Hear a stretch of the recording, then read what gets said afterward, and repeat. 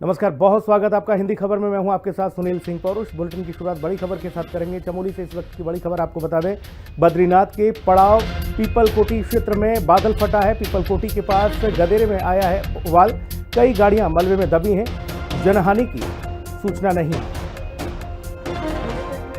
बड़ी खबर, पीपलकोटी के पास गदेरे में उफान आ गया, कई गाड़ियां मलबे में दब गई हैं, हालांकि जनहानि की कोई जानकारी नहीं है। चारधाम यात्रा के बीच चमोली से ये बड़ी खबर, बद्रीनाथ के पड़ाव पीपलकोटी क्षेत्र में बादल फटा है।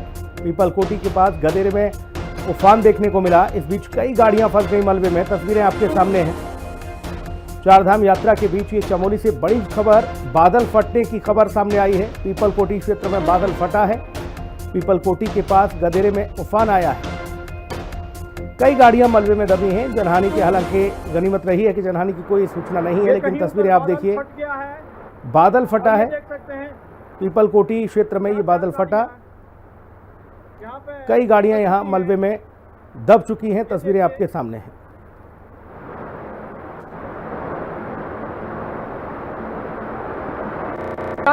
अशोक हमारे सहयोगी ज्यादा जानकारी के साथ मौजूद हैं। अशोक, पीपलकोटी में बादल फटने की खबर है, क्या अपडेट आपके पास?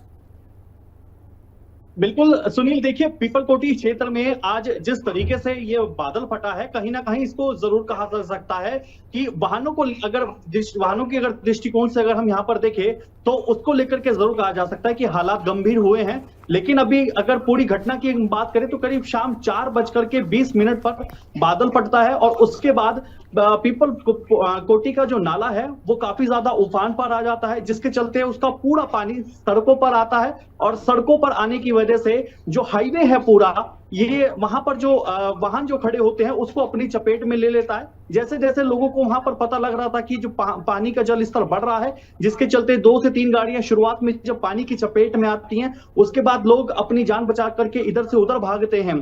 क्योंकि देखिए, अगर हम सुनील बात करें पीपलकोटी क्षेत्र की, तो बद्रीनाथ जो धाम है उसका ये मुख्य पड़ाव है और इन दिनों उत्तराखंड में चारधाम यात्रा भी काफी तेजी के साथ चल रही है। बड़ी संख्या में श्रद्धालु दर्शन के लिए भी पहुंच रहे हैं और ऐसे में जब बद्रीनाथ के लिए धाम के लिए जाते हैं तो जो पीपलकोटी का क्षेत्र है इसी रूट से होते हुए जाते हैं। आज अचानक करीब 4:20 पर जब बादल फटता है तो उस दौरान जब पानी का जल स्तर जो पीपलकोटी का है वो नाले का इतना ज्यादा बढ़ जाता है कि हाईवे पे खड़े वाहनों को अपनी चपेट में लेता है। हालांकि अगर बात की जाए तो किसी भी तरीके की जान मान हानि की, अशोक, क्या चारधाम यात्रा को जो रूट है वो प्रभावित हुआ है इस बीच?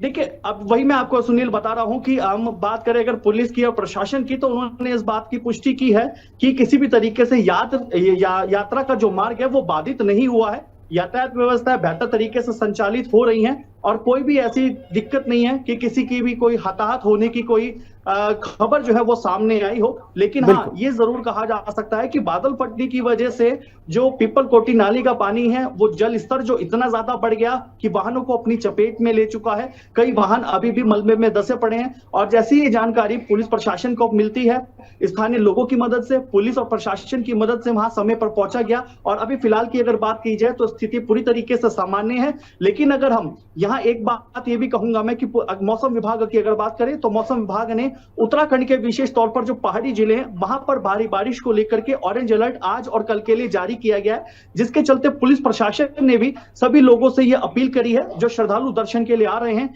कि मौसम की सटीक जानकारी लेकर के ही अपनी यात्रा प्रारंभ करें। और हिंदी खबर भी उन तमाम यात्रियों से, उन श्रद्धालु से अपील करता है कि मौसम की पहले पूरी सटीक सही जानकारी ले, उसी के बाद अपनी यात्रा को प्रारंभ करें। क्योंकि देखिए, इस समय पहाड़ी जिलों में काफी ज्यादा तेज बारिश कहीं कहीं पर देखने को मिल रही है और चारधाम यात्रा के दौरान बड़ी संख्या में श्रद्धालु दर्शन के लिए पहुंचता है। लेकिन कई बार देखा जाता है कि इस तरीके की स्थितियां होने की वजह से कई श्रद्धालु जो हैं इसकी चपेट में आ जाते हैं। इसलिए पुलिस प्रशासन ने भी तमाम श्रद्धालुओं से ये अपील करी है। लेकिन यहाँ सवाल सुनील एक ये भी खड़ा होता है कि अगर इसी तरीके से ये चलता रहा, मौसम आगे भी खराब चलता रहा, तो इसका सीधा सीधा असर, सीधा सीधा इफेक्ट चारधाम यात्रा पर जरूर पड़ेगा। सुनील, बहुत शुक्रिया तमाम महत्वपूर्ण जानकारी के लिए अशोक। चलिए आगे बढ़ेंगे। मुख्यमंत्री पुष्कर सिंह धामी ने सचिवालय में 16वें वित्त आयोग की टीम के साथ बैठक की और बैठक में वित्त आयोग अध्यक्ष डॉक्टर अरविंद पनगड़िया और अन्य सदस्यों ने उनके सामने मुख्यमंत्री पुष्कर सिंह धामी ने प्रदेश की वित्तीय परिस्थितियों, चुनौतियों और विकास की जरूरतों पर विस्तार से राज्य का पक्ष रखा। मुख्यमंत्री ने उत्तराखंड की इको सर्विस लागत को देखते हुए उपयुक्त क्षतिपूर्ति का अनुरोध किया। साथ ही कर हस्तांतरण में वन आच्छादन के लिए भी निर्धारित भार को 20% तक बढ़ाए जाने का सुझाव दिया है। मुख्यमंत्री ने कहा कि जटिल भौगोलिक परिस्थितियों के कारण राज्य की परिस्थितियों को देखते हुए विशेष सहायता दी जाए और बैठक के बाद मीडिया से बात करते हुए आयोग अध्यक्ष ने कहा कि विषम भौगोलिक परिस्थितियों के कारण जिन चुनौतियों का सामना उत्तराखंड समेत अन्य पर्वतीय राज्य कर रहे हैं उनके समाधान के लिए व्यापक स्तर पर विचार विमर्श किया जाएगा। उन्होंने कहा है कि 16वें वित्त आयोग ने 31 अक्टूबर 2025 तक अपनी रिपोर्ट केंद्र सरकार को उपलब्ध कराने का लक्ष्य तय किया है। Began the meeting with the Chief Minister delivering a speech in which he outlined some of the major issues that were of interest to Uttarakhand and what his recommendations were to the Commission, which was then followed by some brief remarks by me. But then, the major part of the meeting really was a very extended presentation, a very substantial presentation by the Secretary of Finance of Uttarakhand. Uttarakhand की शिक्षा व्यवस्था में सुधार के दावों की हकीकत क्या है, इसकी पोल चमोली में आयोजित कार्यक्रम में खुल गई, जब एक शिक्षक ने मंच पर सूबे के शिक्षा मंत्री को आड़े हाथों लिया।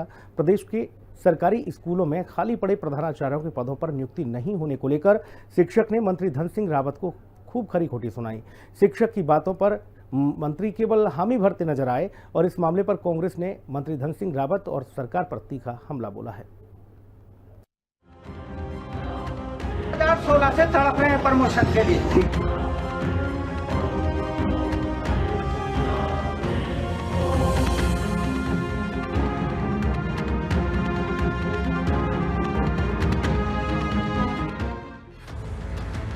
मंच पर मंत्री धन सिंह पर भड़का शिक्षक, धामीराज में बदहाली की बताई हकीकत, कांग्रेस ने सरकार पर साधा निशाना, रसातल में पहुंचा दिया शिक्षा महकमा।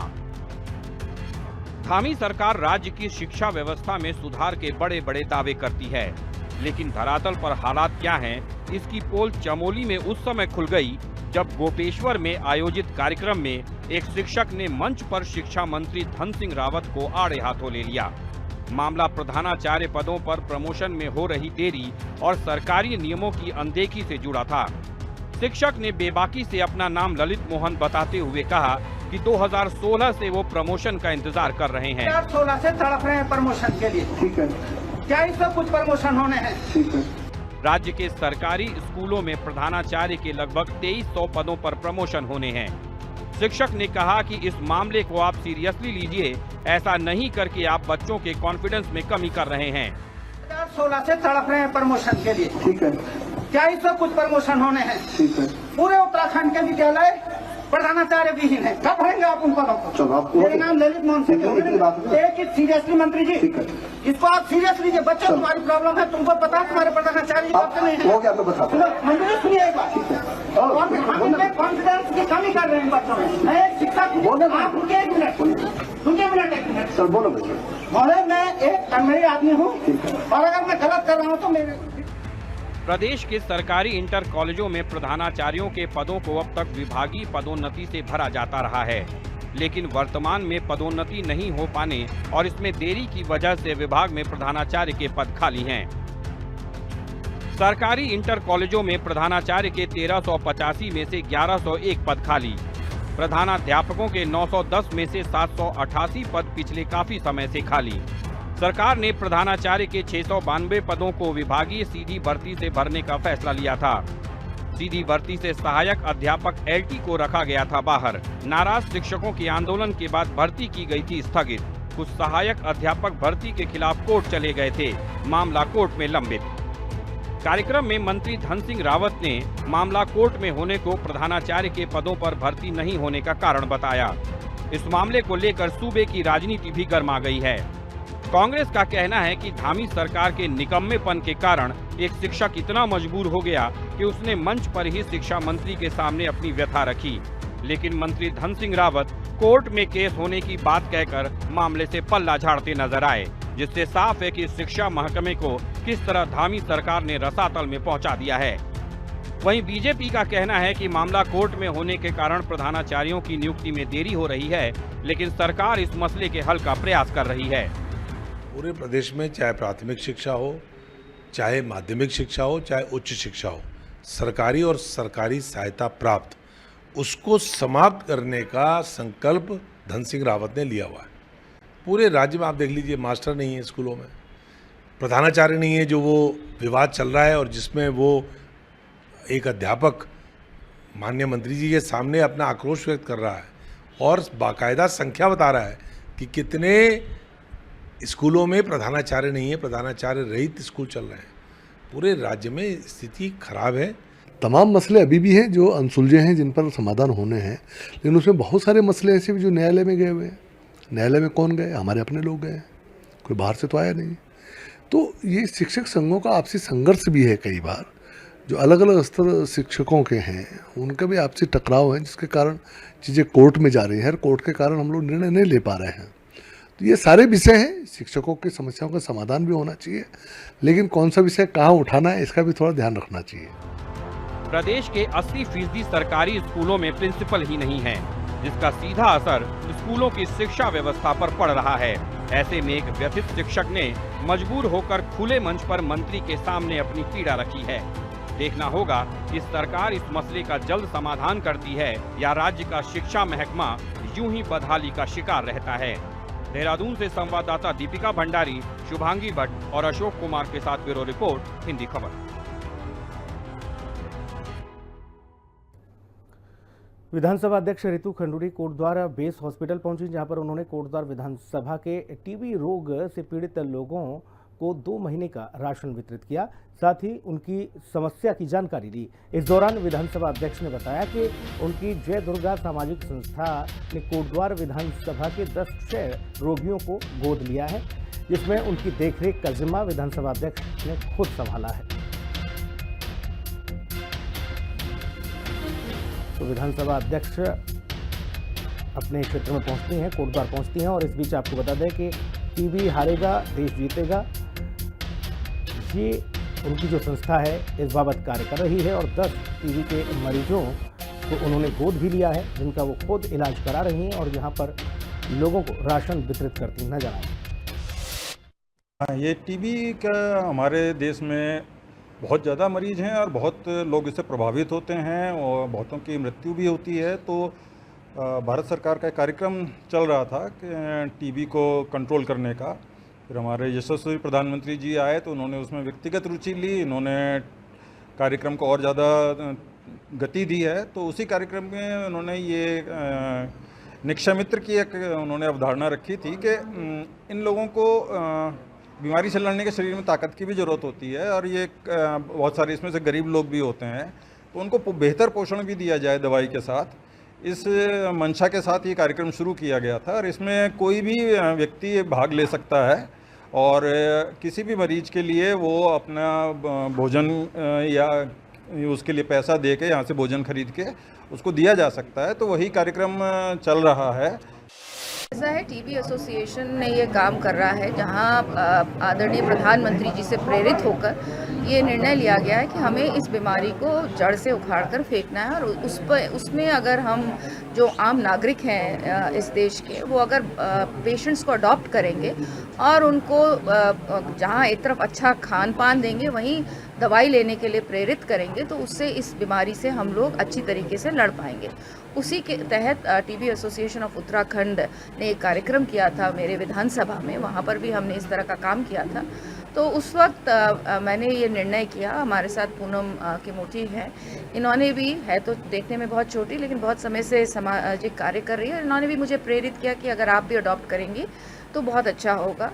मेरा बहुत ही एक छोटा एनजीओ चलता है जो कि आप जानते हैं बेस हॉस्पिटल में हम भोजन भी खिलाते हैं जो अटेंडेंट्स आते हैं पेशेंट्स के साथ। उसी के तहत जय दुर्गा सामाजिक कल्याण संस्थान है, उसी के तहत हमने 10 पेशेंट्स 6 महीने के लिए अडॉप्ट किए हैं और अगर आवश्यकता होगी तो इसको हम आगे बढ़ाएंगे। कैबिनेट मंत्री सुबोध उनियाल ने हिंदी भाषा को बढ़ावा देने के उद्देश्य से वाहनों की नंबर प्लेट पर पंजीयन कोड यूके की जगह उत्तराखंड लिखने का प्रस्ताव जारी किया है। इसको लेकर कांग्रेस सरकार पर हमलावर है। कांग्रेस प्रवक्ता गरिमा दसोनी ने कहा है कि सुबोध उनियाल को वन मैन आर्मी की तरह काम करना नहीं चाहिए, बल्कि अधिकारियों को भी इसका संज्ञान होना चाहिए। कांग्रेस प्रवक्ता ने कहा कि ये राष्ट्रीय स्तर का मामला है, न कि राज्य का। वहीं भाजपा सरकार में दर्जाधारी राज्य मंत्री ज्योति प्रसाद गौरेला ने कहा कि ऐसे फैसलों को स्वस्थ नजरिए से देखना चाहिए। उन्होंने कहा कि हिंदी हमारी राष्ट्रीय भाषा है और ऐसे में यह फैसला काबिल तारीफ है। उनको लोगों को भी एक स्वस्थ नज़रिए से चीज़ों को देखना चाहिए और अगर हिंदी को प्रोत्साहन मिल रहा है, हमारी तो वैसे भी राष्ट्रीय भाषा हिंदी है और उसको प्रोत्साहन मिल रहा है, तो उस प्रोत्साहन के लिए सबको सरकार का साथ देना चाहिए, क्योंकि हिंदी हमारी अपनी मातृभाषा भी है, हमारी राष्ट्रभाषा भी है और उसके लिए जो भी सरकारों के प्रयास हैं उनको साधुवाद देना चाहिए।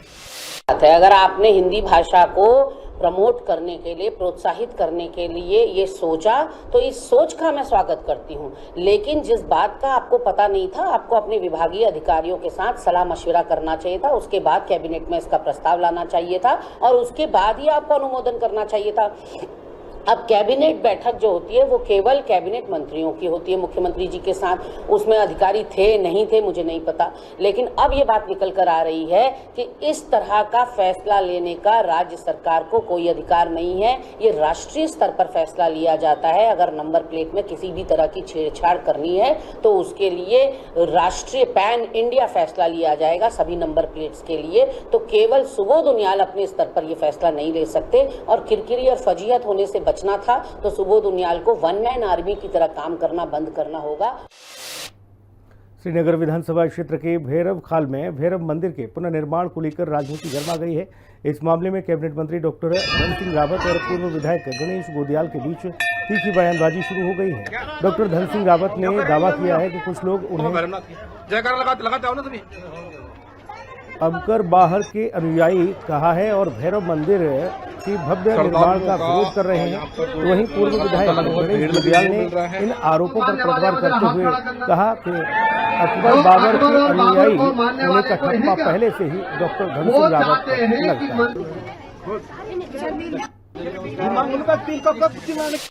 वैसे मैं ये समझता हूं कि जो मंदिरों को बनाने का विरोध करते हैं, निश्चित रूप में वो बाबर के अनुयायी हो सकते हैं, लेकिन ये भी संकेत आपकी तरफ जाता है। आपको याद दिला दूं कि जब भगवान बिंदेश्वर का मंदिर यहाँ चौथान में बन रहा था, उस समय आपने अपने पद का उपयोग करते हुए तत्कालीन डीएफओ को बहुत स्पष्ट शब्दों में ये कहा था कि आप उसमें अड़ंगा लगाइए, आप उस मंदिर को न बनने दीजिए।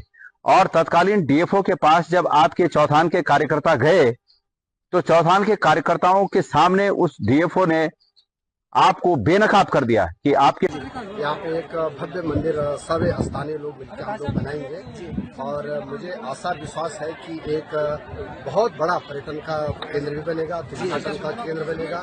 और जैसे हमारे धारी देवी का मंदिर है, जैसे हमारा श्रीनगर कमलेश्वर का मंदिर है, जैसे भोखाल का मंदिर बन रहा है, वैसे इसी तर्ज पे मैं चाहता हूँ कि पूरा क्षेत्र सर्किट पर्यटन सर्किट से। जसपुर में विधायक आदित्य सिंह चौहान ने टूंडला एक खोज नामक पुस्तक का विमोचन किया। इस दौरान सामाजिक लोगों के बीच पुस्तक का निःशुल्क वितरण करके पुस्तक के संपादक को बधाई दी गई। वरिष्ठ पत्रकार बलबीर सिंह गहलोत ने साल 1965 में प्रथम महिला पत्रकार रही स्वर्गीय राजा रानी गहलोत से संबंधित पुस्तक लिखी है। पुस्तक में 70 के दशक में किए गए कार्यों और उत्तराखंड, आगरा, फिरोजाबाद समेत टूंडला एक खोज के ऐतिहासिक धरोहरों को खोजी लेखन के साथ रेखांकित किया गया है। हमारे क्षेत्र की राजधानी जो आगरा टूंडला में 1965 में पत्रकारिता में कदम रखा, उनके बाद उनके पति जो बलबीर सिंह मूल निवासी हमारे जसपुर के हैं, उन्होंने इस किताब को लिखा महिला के सशक्तिकरण। तो भी आप सोच सकते हैं कि 1965 में पत्रकारिता में जाना एक बहुत बड़ी चुनौती महिला के लिए है। तो उनकी जीवनी के आधार और क्योंकि महिलाओं का उत्थान कैसे हो सकता है उस पर उन्होंने एक किताब लिखी। आपदा प्रबंधन में मीडिया की भूमिका को लेकर हरिद्वार में कार्यशाला आयोजित की गई। सीसीआर हॉल में आयोजित वर्कशॉप में जिला आपदा प्रबंधन प्राधिकरण एनडीएमए के अधिकारियों के साथ डीएम ने मीडिया को संबोधित करते हुए आपदा के दौरान की जाने वाली मीडिया रिपोर्टिंग को लेकर चर्चा की। इस दौरान मीडिया के लोगों से भी सुझाव लिए गए। डीएम ने कहा कि आपदा प्रबंधन के दौरान मीडिया की भूमिका महत्वपूर्ण होती है। आपदा के दौरान सूचनाओं को साझा करने के लिए पत्रकारों से सुझाव दिए गए हैं, जिन्हें आपदा प्रबंधन कार्य योजना में शामिल किया जाएगा। आपदा प्रबंधन में मीडिया की भूमिका विषय पर आज आपदा प्रबंधन प्राधिकरण के द्वारा एक कार्यशाला आयोजित की गई है, जिसमें हमारे मीडिया के अधिकांश बंधु यहाँ पर उपस्थित हैं और निश्चित तौर पर आपदा के संबंध में डिटेल अभी रखा गया है आपदा अधिकारी के द्वारा। उसके बाद एनडीआरएफ एसडीआरएफ के भी अधिकारी आए हैं, उन्होंने भी विषय रखा हुआ है और मीडिया के बंधुओं से इसमें फीडबैक लिया जा रहा है और निश्चित तौर पर प्रत्येक वर्ष हम लोग आपदा प्रबंधन कार्य योजना बनाकर के शासन को भेजते हैं। के द्वारा जहां हर घर नल व जल देने के दावे किए जा रहे हैं, तो वहीं लोहाघाट के प्रेम नगर के लगभग 300 परिवारों के लिए आज तक पेयजल की एक भी योजना सरकार के द्वारा नहीं बनाई गई। प्रेम नगर की बड़ी आबादी गदेरों और नोलों से पेयजल ढोने को मजबूर है। साथ ही आपको बता दें, लोगों ने शासन प्रशासन से जल्द योजना निर्माण की मांग की है। साथ ही चेतावनी दी है कि अगर प्रेम नगर के लिए जल्द योजना नहीं बनाई गई तो आंदोलन के लिए मजबूर होंगे। 2001 में यहाँ पर आए थे, मकान बनाया था, आज 2025 हो गया है, हम तो को अभी तक पेयजल प्रेम नगर में रहते हुए नहीं मिला है। कोई पेयजल कहीं से नहीं है, नदी नालों गधेरों से पानी लेके आना पड़ता है। अब हम इस स्टेज में पहुँच गए कि हम नदी नालों गधेरों से भी पानी लाने की स्थिति में नहीं है। हमारे हाथ पांव काम नहीं करते हैं, वरिष्ठ नागरिक की श्रेणी में आते हैं। हम जैसे ऐसे कई लोग हैं जो यहाँ पर रिटायर्ड लोग बैठे हुए हैं जो गाड़ गधेरों से पानी नहीं ला सकते हैं। पानी की सख्त ज़रूरत है सर। यहाँ घर नल जो बना है हमारे प्रधानमंत्री द्वारा जो योजना चलाई है, उसका हमको कोई लाभ नहीं मिल रहा है। हम पानी से बहुत परेशान हो रहे हैं सर। इससे पहले से विगत 20 वर्षों से पानी की समस्या है हमारी। कालाडूंगी तहसील के निगम नाले के समीप ग्रामीणों ने रास्ता रोकने के मामले को लेकर उप जिलाधिकारी कालाडूंगी को ज्ञापन सौंपा। ग्रामीणों का कहना है कि ग्रामवासियों की आम सहमति से कच्ची रोड का निर्माण किया गया। वर्तमान में 30 परिवार इस कच्चे मार्ग से आया जाया करते हैं। मार्ग पर जिला पंचायत से पुलिया निर्माण का कार्य भी चल रहा है, लेकिन एक दबंग व्यक्ति की ओर से रास्ता रोका जा रहा है। ग्रामीणों ने कहा कि उन्हें काफ़ी परेशानियों का सामना करना पड़ रहा है। ग्रामीणों ने रास्ते में आवाजाही खुलवाने को लेकर उप जिलाधिकारी कालाडूंगी से आग्रह किया। ग्राम गुलजारपुर में एक पुलिया और रास्ते को लेकर एक परिवार द्वारा विवाद उत्पन्न किया जा रहा है और रास्ता को बंद किया जा रहा है। इसी को लेकर के ग्रामीण यहाँ पे ज्ञापन भी दिया था और जो कुछ बातें भी थी, इस संबंध में तहसीलदार को निर्देशित कर दिया गया है। और हमारा रास्ता एक महिला ने रोक रखा है, जिस वजह से हमें बहुत आपत्ति आ रही है आने जाने में, बच्चों को स्कूल ले जाने में, मरीजों को डॉक्टर के पास ले जाने में, घर के काम काजों में भी बहुत दिक्कत आ रही है सर। वो कालाडूंगी का इतना गंदा पानी आता है, उसमें पैर रखने में भी गंदगी। देहरादून के अलग अलग थाना क्षेत्रों में 17 नकलची गिरफ्तार किए गए हैं, जिनके पास से ब्लूटूथ डिवाइस बरामद की गई। इस घटना के मास्टरमाइंड 2 हरियाणा के युवक हैं, जिन्होंने 70,000 रुपये में नकल का सौदा किया। तो वहीं भाजपा के प्रवक्ता कमलेश रमन ने कहा है कि उत्तराखंड की धामी सरकार ने नकल विरोधी कानून बनाया है, जिसके तहत कार्रवाई की जा रही है। पुष्कर सिंह धामी जी ने इतना कठोर कानून बनाया है, हमारा नकल विरोधी कानून जो बनाया, उसके तहत हमारे बच्चे आज पारदर्शिता से अपनी परीक्षाएं दे रहे हैं। लेकिन उसके बावजूद भी अगर इस तरह की कहीं पर कोई घटनाएं घटती हैं नकल करवाते हुए या फ़ोन ले जाते हुए, तो मुझे लगता है कि इसके लिए उन्हें एक कठोर नियम के तहत हमारा जो वहाँ का स्कूलों का कॉलेजों। खबर देहरादून के कोतवाली पटेल नगर क्षेत्र से है, जहां पर मेहुबाला में दोस्तों को शराब पार्टी दे रहे एक युवक ने मजाक में पिस्टल से गोली चला दी। गोली पास बैठे युवक के सीने में लग गई, जिससे उसकी मौत हो गई। घटना के बाद आरोपी युवक फरार बताया जा रहा है। आरोपी युवक के खिलाफ कोतवाली पटेल नगर में गैर इरादतन हत्या का मुकदमा दर्ज कर उसकी तलाश की जा रही है। ये घटनाक्रम एक देर रात्रि रिपोर्ट हुआ, जिसमें सागर नाम का लड़का है जो जिसके सीने में गोली लगने की बात प्रकाश में आई थी और अस्पताल ले जाने के बाद वो ब्रॉड डेड हुआ। समस्त पूछताछ में प्रकरण निकल के आया कि उसके जो दोस्त थे उसके वहाँ पर पार्टी अपने घर के ऊपर छत पर कर रहे थे और वहाँ पर ये अवैध असला जो था इसको देखने के चक्कर में ये ट्रिगर दब गया और जिससे गोली जो है मृतक के लग गई। इसमें जो भी छात्र जो भी युवक थे वहाँ पर उन सभी को हिरासत में लेकर पूछताछ की जा रही है।